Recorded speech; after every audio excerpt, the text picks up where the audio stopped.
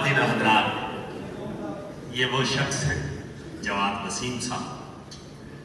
میں ان کے ہاتھوں میں اس فیلڈ میں آیا. ہمارے صرف یہ ایکٹنگ فیلڈ میں ہی نہیں، یہ آپ کو جو پلیئر، جو کھلاڑی بارش ہوئے نظر آتے ہیں، جو ایکٹرز بارش ہوئے نظر آتے ہیں، وہ سب اس شخص کی وجہ سے.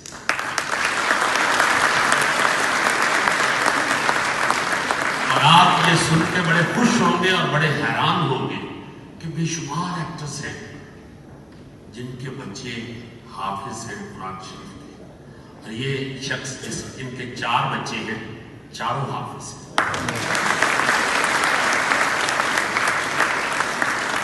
ایک ہمارے آرٹسٹ منظر امین ہیں، ان کے 5 بچے ہیں، 5 حافظ. ایک ہمارے عرفان ہاشمی صاحب انگلا، آپ کو یاد ہوگا، ان کے 2 بچے قرآن حافظ ہیں.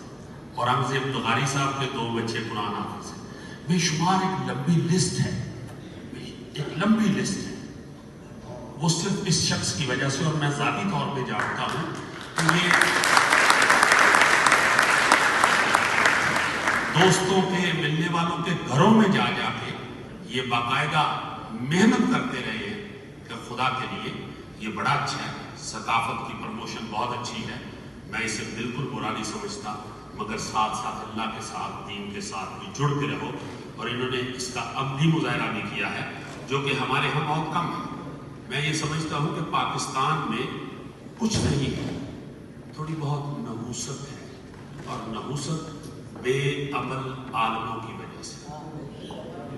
جو بے عمل عالم ہے نا جی، وہ تصحیح کی بجائے نحوست پھیلا.